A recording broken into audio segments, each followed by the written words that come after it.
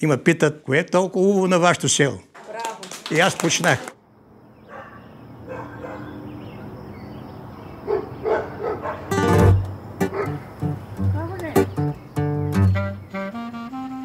Най-хубавото в кулинарен клуб Лъжица щастие е възможността да съберем, съхраним и разпространим старите рецепти, които са на път да бъдат забравени.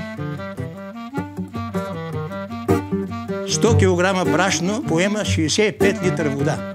Формата е интересна за социализация и е свързана с храна, защото този, който ти сяда на масата, той ти е важен. Като каним всички от общността, и млади, и стари, да готвим заедно, да се събираме около масата, да споделяме спомени и да се чувстваме нужни на някого за нещо.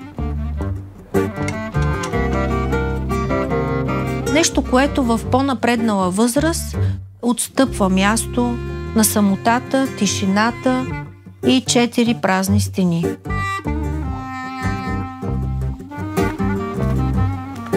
Докато тук е празнично, направихме го благодарение на стотици доброволци, които чрез Time Heroes се включиха да подпомогнат осъществяването на клуба.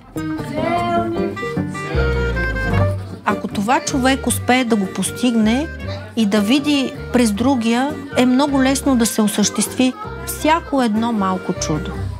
Тук мисля, че е просто висша форма на емпатия. Нищо повече. Открий коледните чудеса на България. Виж ги всички на Чудесата БГ.